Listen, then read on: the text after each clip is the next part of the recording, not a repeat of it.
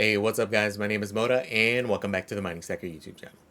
Today's video, we do have quite a few Helium updates going on. One really big one that just happened a few days ago. And it's the fact that the SEC is suing Nova Labs, which is Helium. We'll talk about that briefly. We'll kind of give our thoughts as well as what's going on with the return to HNT.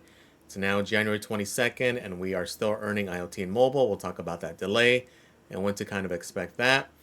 And we'll briefly at the end touch on HIP 139, which was the end of CBRS officially. We'll talk about the official end date. We'll talk about the trade-up program if you're unfamiliar, if you haven't done that process. I will put a link in the description so you guys can get that process going if you're interested in any of those things, okay? So if that sounds good, guys, stay tuned. Let's get right to this thing. So this is the big one. This is the bombshell that Gary Gensler decided to leave on his last day. Literally, this is the last enforcement. And SEC sues Nova Labs over alleged unregistered crypto securities offerings.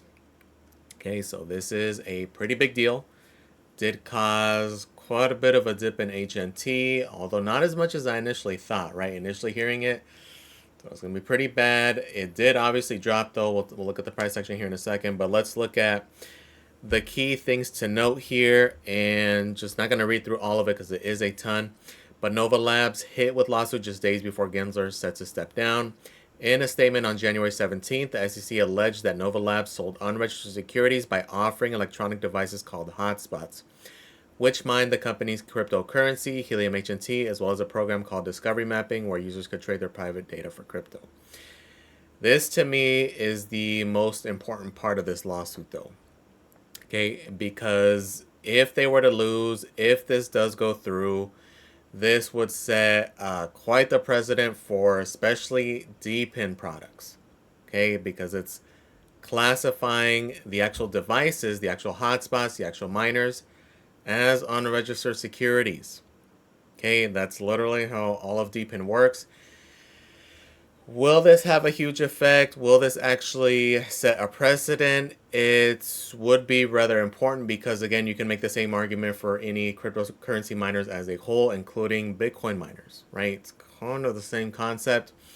Was a little bit confused as to whether maybe there was a misunderstanding or they're just kind of highlighting it. So even going through the actual summary here of the complaint, they are literally classifying the hardware as that. Okay, so we'll look down here. It's on the second page. Nova Labs offered and sold hotspots and ran the discovery mapping program as investment contracts and thus securities.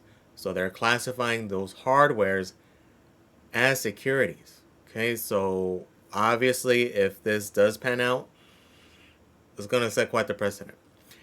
Is it going to pan out, though?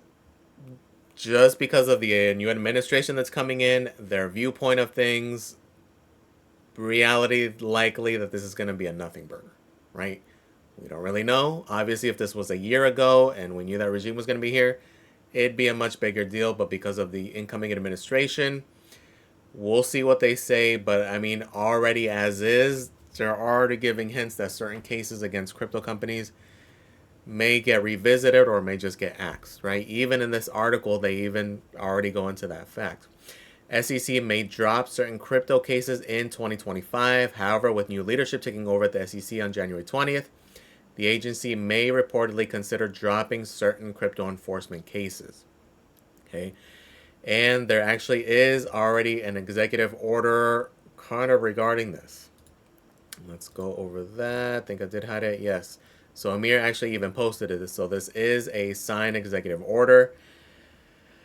Section 3, ending the weaponization of the federal government. The Attorney General, in consultation with the heads of all departments and agencies of the United States, shall take appropriate action to review the activities of all departments and agencies exercising civil or criminal enforcement authority of the United States, including but not limited to the DOJ, the Securities and Exchange Commission, right? So that is the big one there.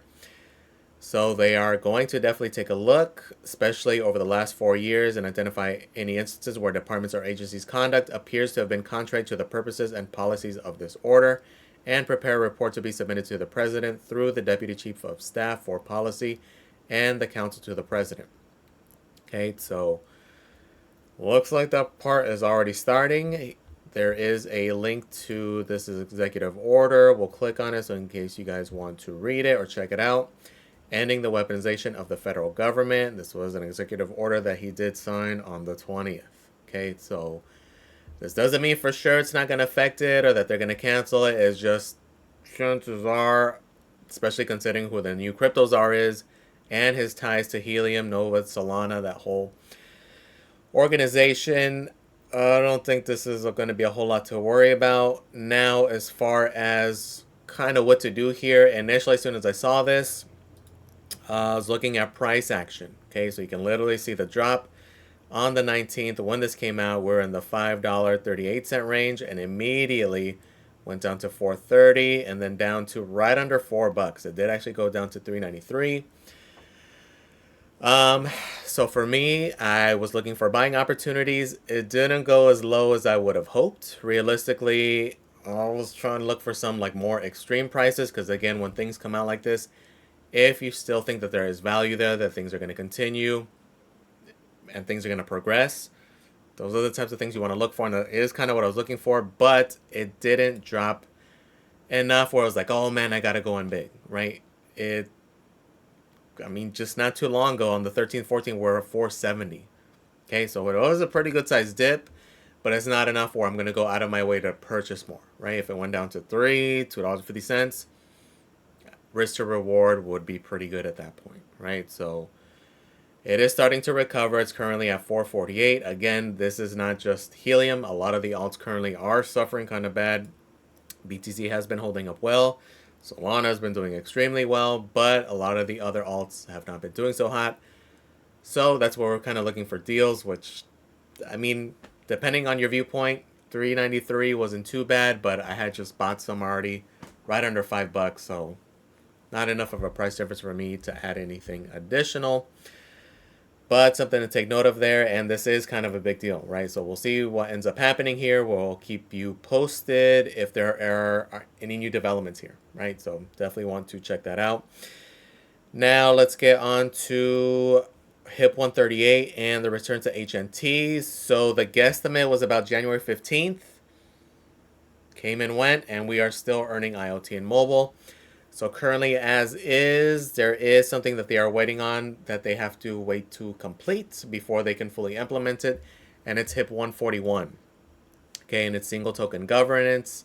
Not really a big deal, but this one just went to vote, so it's going to be about a week from now, so they do have to wait for this one to most likely eventually pass. Once it does pass, then that kind of sets the opening for 138 to fully implement. Right now, they're still targeting right at the end of this month, maybe sometime the first week of February, so it should be coming here soon.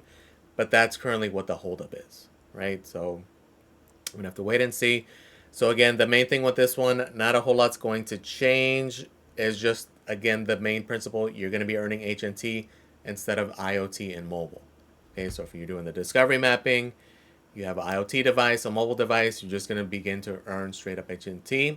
There are a few differences as far as the tokenomics go. Not going to fully delve into it. That is the big change here, though. Okay, so hopefully it should be coming here potentially within the next 2 weeks, hopefully. We're going to have to wait to see. Just make sure 141 passes. If this doesn't pass, that could add another roadblock or another delay. Okay. On to the next, and this was actually about a month ago. Again, the holidays kind of delayed everything, so I'm sure a lot of you guys are fully aware, but we'll briefly cover it. So HIP 139, which we had mentioned, did pass, so CBRS is fully going to be out. They are doing that trade-up program, where if you do have any of the CBRS units, you are able to trade them in for a certain amount of hotspots. Okay, so if you haven't started this process yet, I'll put the link in the description for it, but it's helium.com/tradeup. And essentially, March 1st is going to be the cutoff for CBRS to stop earning rewards, period.